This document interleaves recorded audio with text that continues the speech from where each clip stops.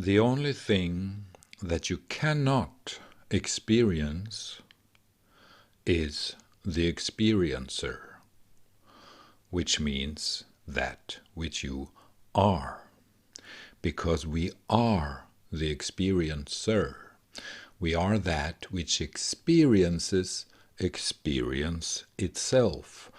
And we have to be the experiencer because we are that which experience itself. We are that which experiences experience itself. So it means we are the experiencer. And we cannot experience this. We cannot experience the experiencer, because the experiencer is that which experiences everything. We cannot experience that which experiences. We can only experience that which we experience. And we do not experience our experiencer. We do not experience our experiencer. We experience the experience of experience itself. We experience experience. We experience that which we experience, and we experience that we experience that which we experience. We cannot experience the experiencer, because the experiencer is that which we are, and we are that which experience itself. We are that which experience the experience of experiencing at all. We are that which experiences that which it means to experience. We are that which experiences the experience of experience itself.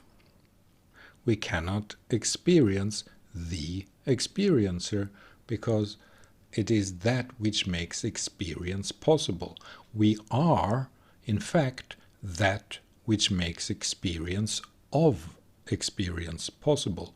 We are that which experiences, right? We are that which experiences. We are that which receives the experience of experience itself. And the experiencer that receives this experience, the experiencer itself, at the deepest level, we cannot experience that, because we can only experience that which the experiencer experiences. And that which the experiencer experiences is experience itself.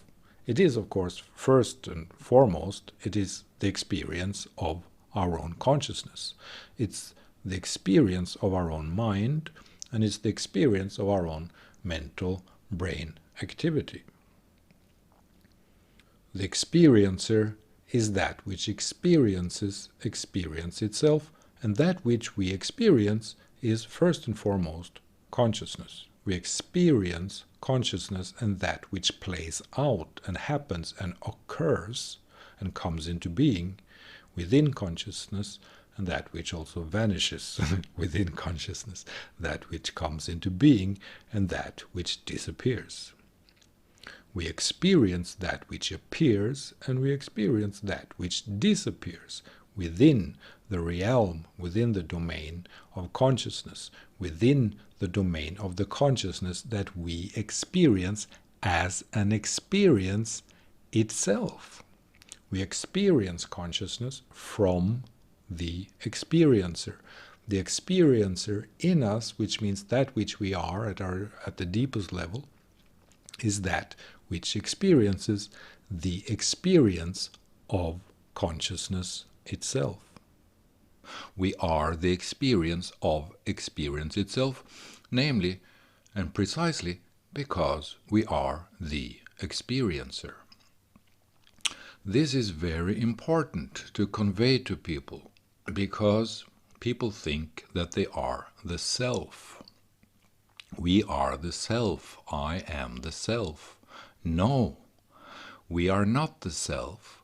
We are that which experiences the self. Or to be more precise, we are that which experiences that which we call the self, whatever it is that we call the self, whether it is the psychological self or the spiritual self or the soul, so to speak.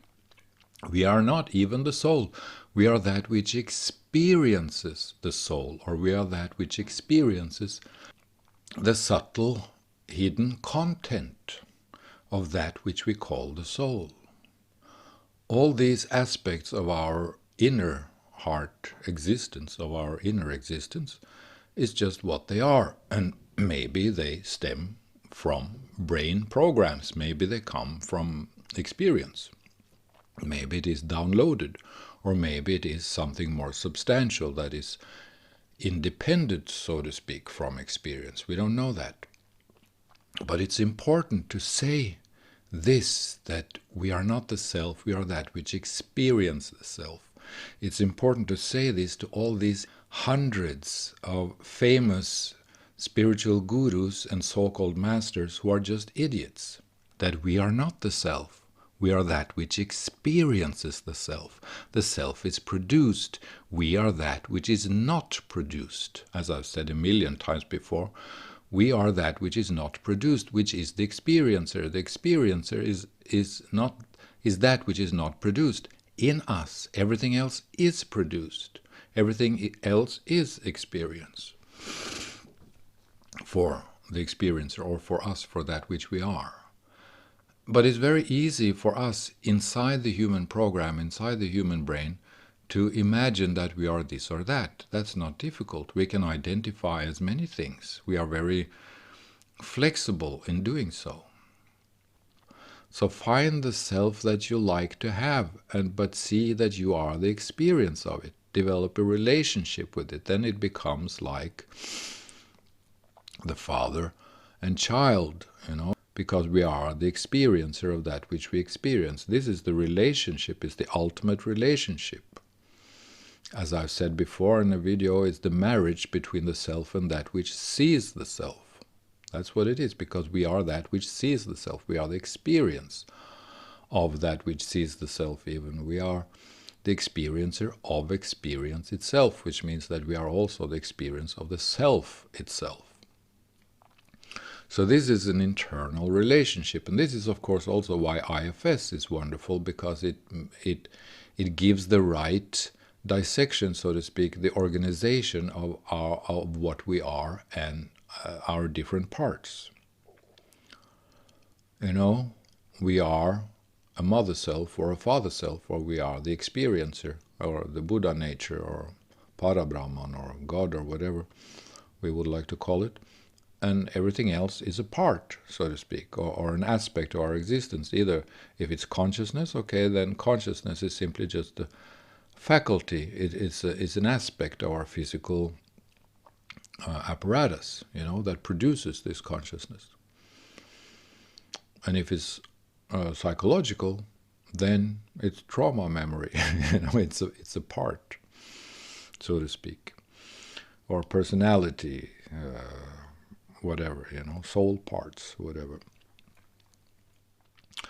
Okay, so this was a little speech from today. Thank you.